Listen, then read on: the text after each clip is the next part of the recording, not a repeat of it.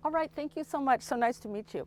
Oh, hey everyone. Today we're in Newport Beach and we're looking for properties for buyers we're working with. So we want to give you our weekly buyer update. So as of today, we are looking for clients who are looking for a wonderful property in Irvine Terrace. Their main requirement is that it has ocean views and they're looking up to about 15 million. We also have several investors who are looking in Newport Beach up to about 3.5 million, and they're basically looking for properties that they can greatly improve and then of course resell. We also have two different couples looking for properties in Costa Mesa or Huntington Beach. They can go up to about 900,000. The requirements are at least a 3-bedroom, 2-bath.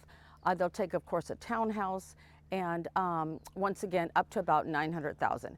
We also have a wonderful family we're working with who are looking in either North Tustin or Irvine.